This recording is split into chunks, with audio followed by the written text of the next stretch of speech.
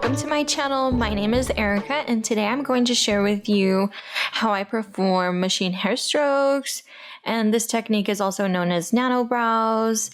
I am taking a few more trainings and traveling to Eastern Europe in the upcoming months, so I'm really excited to share this technique with you, and then as I learn some new techniques, I'll share those. So right now, what I like to do is I like to pre-draw my hair strokes in the eyebrows before I begin. And when I'm doing line work, personally, I like to move only in one direction. I feel like it's less traumatic to the skin. And what I'm going to do is I'm going to start with my spine and my lower strokes, branching off of it.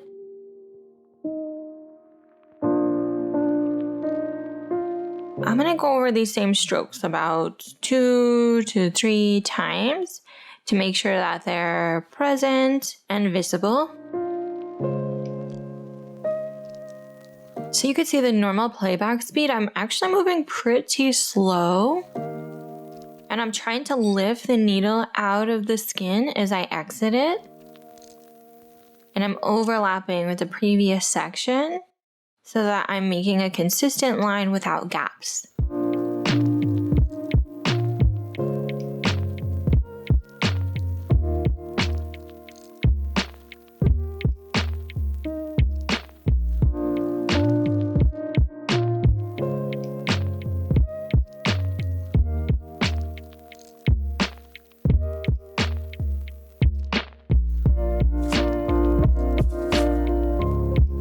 So with hairs in real life, the thickest part is the center and the thinnest part is the end.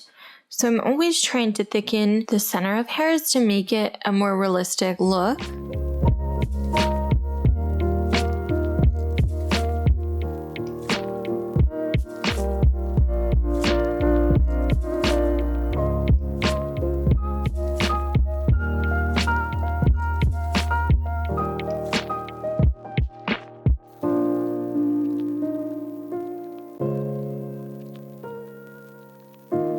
So you can see I'm holding my needle at about 90 degrees and I'm pushing my needle forward with my pointer finger. I'm using my pinky to stabilize my hand on the latex, and when I'm working on a client, that pinky finger is to help stretch the skin.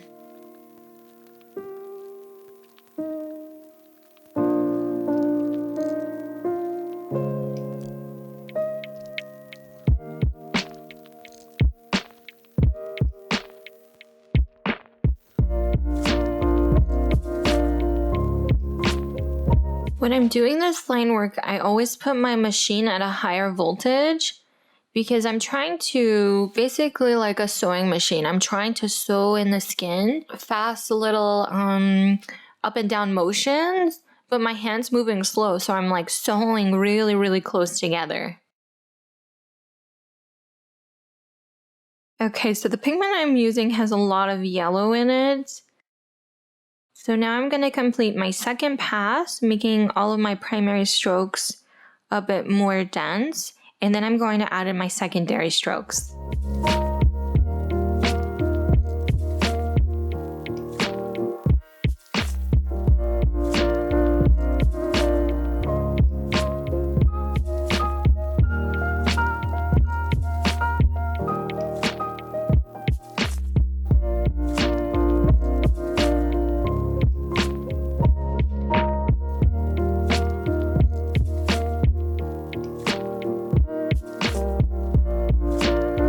It takes a lot of practice to be able to not work too deep in the skin and to hold the machine and move it at a slow rate. I found that drawing on paper or even on my iPad has been so helpful for me to learn how to do this type of work.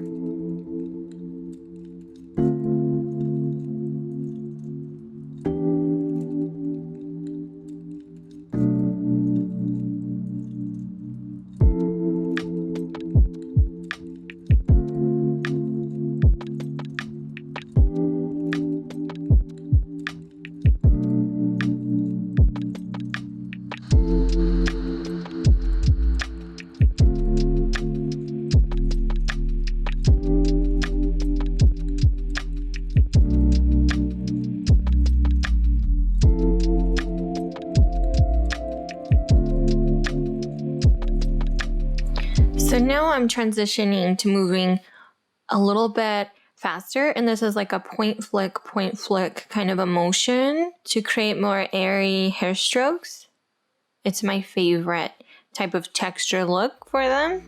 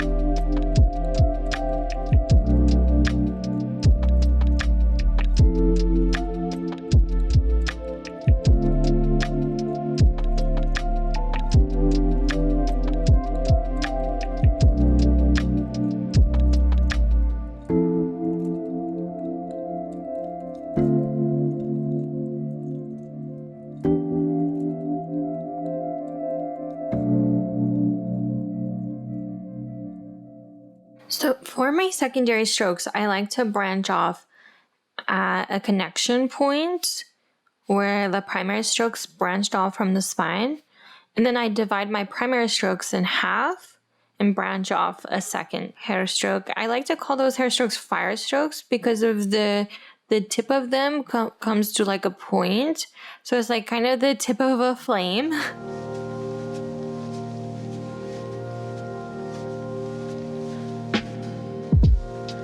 Okay, so let's check. And I'm using baby oil, and I lift up all the pigment into the baby oil before I wipe. Therefore, I'm trying to keep my latex pretty clean.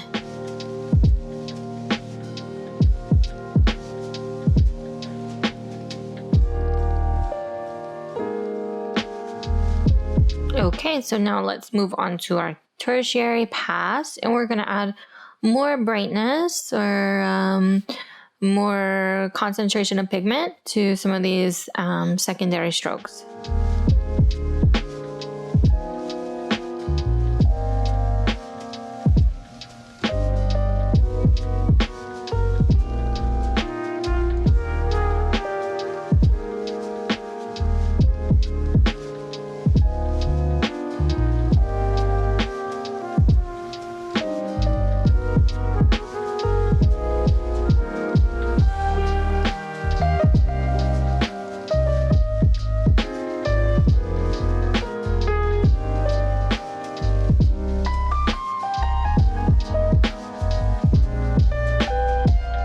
I love machine hair strokes so much because we can have connection points and overlapping, and it doesn't add so much trauma to the skin to create such a realistic view.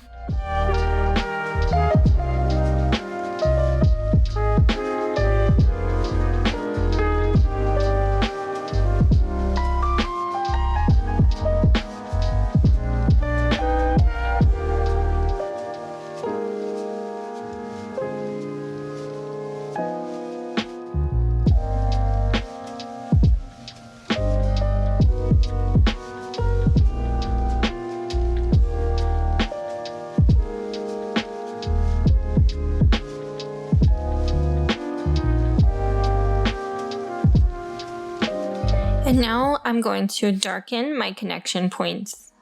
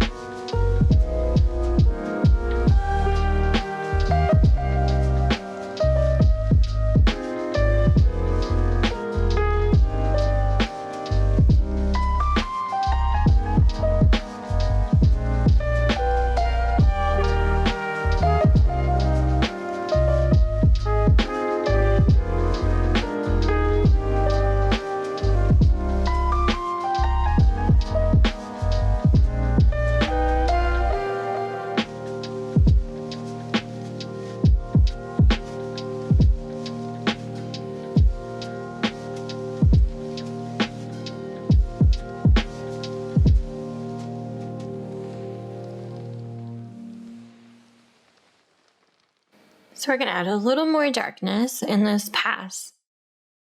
And one thing to consider is the natural eyebrows. The densest, coarsest hairs grow in the center of the eyebrows.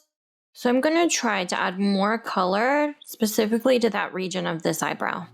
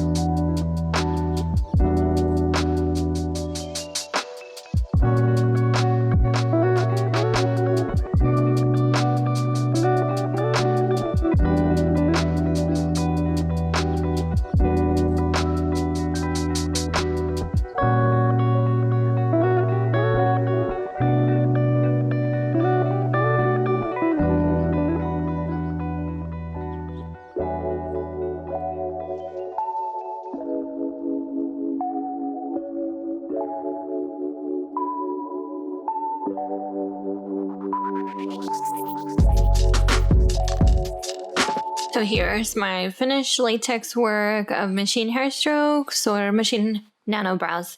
Thank you so much for watching.